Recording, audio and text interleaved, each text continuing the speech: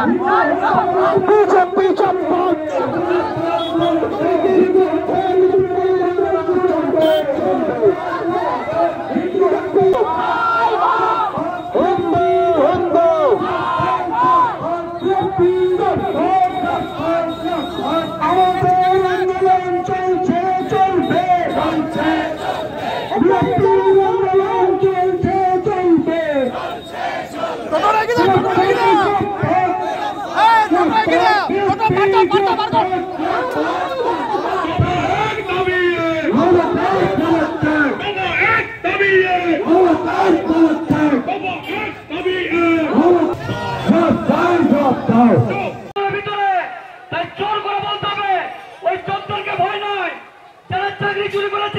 মানুষের জীবনকে নিয়ে ছেলেমেলা খেলছে তারা ভাতা দিয়ে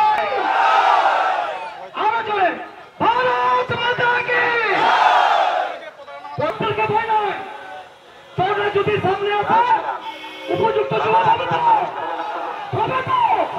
হিন্দুর যদি বাচ্চা হয় জবাব দিবেন তো দেবেন তো ভাই প্রসেনজিৎ চ্যাটার্জির নেতৃত্বে সেই নেতা তাদের নেতা আমাদের প্রসেনজিৎ চট্টোপাধ্যায় মহাশয় আজকের এই পৌরহিত্যে তিনি কার্যক্রম নিয়েছেন। উপস্থিত আছেন আমাদের মঞ্চে প্রাক্তন মন্ত্রী মহোদয়, শিক্ষা প্রতিমন্ত্রী, আমাদের জেলার বর্ষিয়ান নেতা সম্মানীয় সুভাষ সরকার মহোদয়। এই চোর বেটাদেরকে উপেক্ষা করে, চোরদেরকে কোনো সম্মান নেই, তারা এই চোরদেরকে উপেক্ষা করে যারা এখানে এসেছেন তাদেরকে আমি দুহাত তুলে জাতীয়তাবাদী গৌরব অভিনন্দন এবং সপ্রেম ভালোবাসা জানাই। আমি সকালবেলায় মোটরসাইকেল নিয়ে এই মিউনিসিপালিটির বাজারে আসি।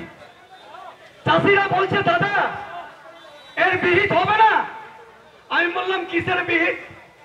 বলছে আমাদের এই যে মুর্শিদাবাদে হিন্দুদেরকে একদম চিহ্নিত করে করে কেটে দিচ্ছে, মেরে দিচ্ছে, এই পশ্চিমবাংলায় চলছে নাকি?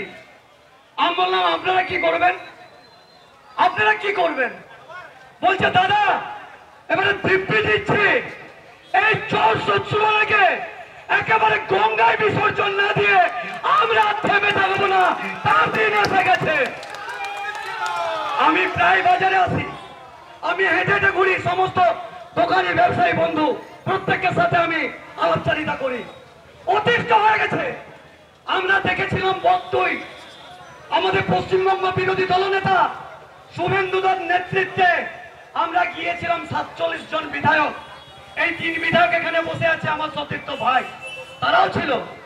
আপনারা বলুন বন্ধু, আমরা কলকাতা থেকে বক্তব্য যাব, 9 ঘন্টার রাস্তা, জল তেষ্টা পেয়েছে, আমরা শক্তিগড়ে দাঁড়িয়ে একটু জল খাচ্ছি, আর এই চোরের রানী তার ভাইরা বলছে কি দেখুন বক্তব্যে 9 জন হত্যা হয়েছে আর বিধায়করা রাস্তায় দাঁড়িয়ে মজা করে খাচ্ছে।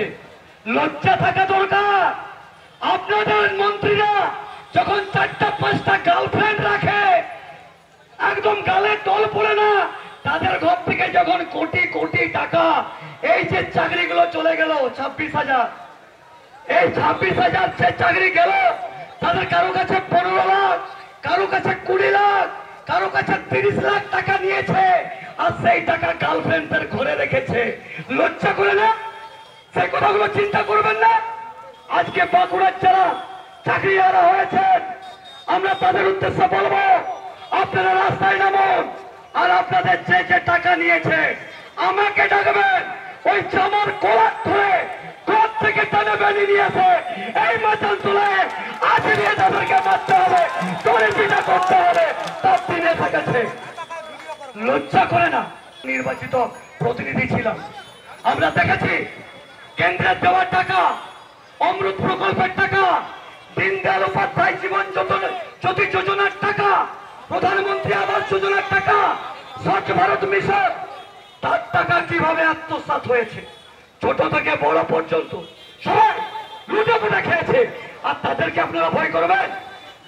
আমি বলবো বন্ধু, টাকা দিতে এলে ব্যাগ সমেত ছাড়িয়ে নেবেন, কোন রকম কুণ্ঠাবোধ করবেন না।